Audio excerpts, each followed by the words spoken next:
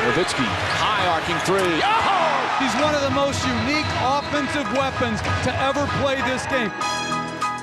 Beautiful move from Porzingis. He's almost comparable to Dirk Nowitzki at this age.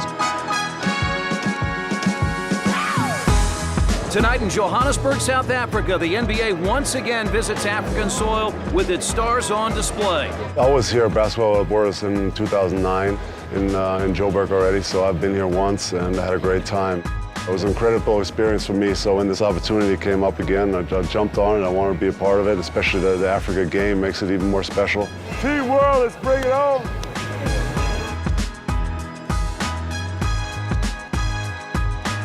That's what we do, Coach. That's what we do. I knew he was going to be here, so I had to use the opportunity to talk to him, ask him questions, whatever's on my mind, and I'm going to keep bothering him. It was just a shooting competition, really, in which I beat Dirk pretty badly. More often than not. No. It was a lot of fun, just hanging out with him, asking him questions, and at the same time, getting some work done. I always wanted to get to know him more, coming over from Europe, I know first couple of years are hard, and I gave him my number a few years ago and I said, hey, if there's anything ever you need or questions, I'm more than happy to help you out. And during the season, it's usually in and out, you don't see each other much, and being around some of the young guys, some of the great young talent we have now in the league and getting to know them a little bit, so it's also fun for me. The future Hall of Famer against the rookie who has idolized the future Hall of Famer. This will be their first meeting. I was lost, man. I watched that game recently. I don't know what I was thinking. I left him open so many times, especially early in the game. He shook his hand, he made him smile, and now he's going right at him. He's good at just walking around like nothing's happening. I'm relaxed too, looking around, and then boom, there's a screen for him. A three or whatever. Those are the most painful ones. It was a really good game. I think they were beating us the whole game. And then we kind of came back at the end. And Porzingis certainly holding his own offensively. It was too big of a difference to win that game, and obviously, he had a great game. He really broke the barrier of 7-footers to shoot outside jumpers and be the stretch shooters. Well, I think there were some guys that paved the way for me. We had Europeans like Detlef Schrempf, like Kukoc, and all these were mobile fours that could put the ball on the floor and shoot the ball. So I wouldn't say I was the first one, but definitely I came in at the right time where the league was changing. I think when I first got in the league, it was a lot of one-on-ones, a lot of post-ups. The fours were all big and posting up, and they changed the rule. They put in the zone. Everything opened up more. That was perfect for me. Dirk Nowitzki really has changed the game in so many ways. Back then, I had a coach named Don Nelson, and his system was great for me. He wanted me to shoot, he wanted me to spread the floor. So I got lucky with a great coach and a great system my first couple of years to really thrive in that. Durant called Kristaps Porzingis a unicorn because he's rare in the NBA, a man his size with that type of skill. He's a little longer and a little better defender and a little more mobile than I ever was, and a little more athletic, but definitely the shooting stroke he's got. He shoots it easy from deep. He shoots it well off the bounce. He can move, he can drive. So, I mean, he's the whole package. So he's going to be a scoring weapon for a long, long time in this league. He's a guy that can shoot the three, he can post up, he can pass. He's going to be a really good player in the league. Already is.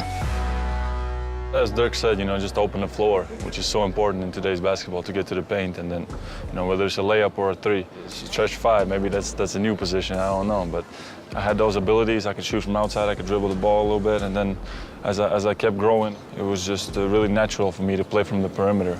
And then obviously, watching guys like him play, made me realize that you can get to the NBA playing that way. The best jump shooting 7-footer of all time. I would find stuff online and in YouTube and just look up his highlights and that kind of stuff. I watched a lot of guys. Pau Gasol, Kevin Garnett, Michael Jordan, Kobe. I watched all day Kobe. All kinds of guys. I watch highlights. I love basketball, so that's what I do. The Dallas Mavericks are NBA champions. The first title in franchise history.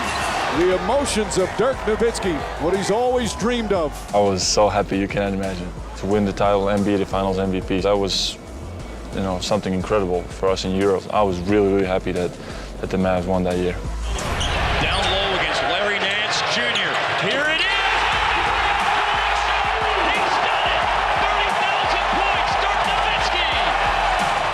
30,000 points.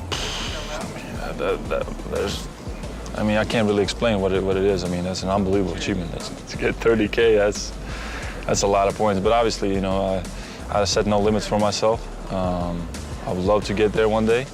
That takes a lot of years and a lot of games. So I'm happy to see him still playing in the league and still scoring the ball and still, you know, doing his things.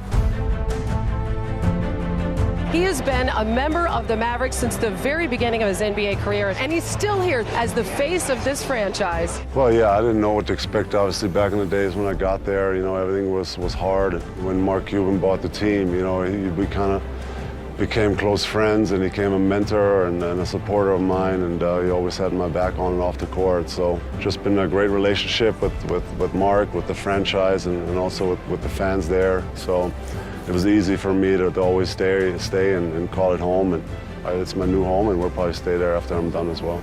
That's what I envision myself doing. I would love to stay in New York my whole career and win a championship there, definitely. Porzingis flies in and throws it down. He is the future of this New York franchise. That's one thing they do know. I think he's way ahead of me. He was already way better his rookie year than I was my first two, probably. And he'll be a matchup nightmare for all the teams, and I'll be rooting for him. Just thank him for everything he has done for the game and for us Europeans. Me coming into the league, they always compare you to the best version you can be and then the worst. 90% of the people thought I was going to be a bust or whatever. Well, the Knicks fans booed him when he was drafted, but he's turned those boos into cheers. He is a phenomenal player. When I started playing, it kind of turned around, and then maybe I can be like Dirk one day. You know, I always try to keep improving. You know, I think that's a major thing. I always see myself as a student of the game and trying to get better and add new stuff every summer. And that's what I would try to say to him. But I already know he's going to do that. He's probably the ceiling right now for European players. What we have achieved, and I would love to follow his footsteps and maybe even go past that. Duncan Deutschman or the Unicorn? Who's got the better nickname? Oh, I like the Unicorn. I really do. I like the Unicorn. The Deutschman is terrible.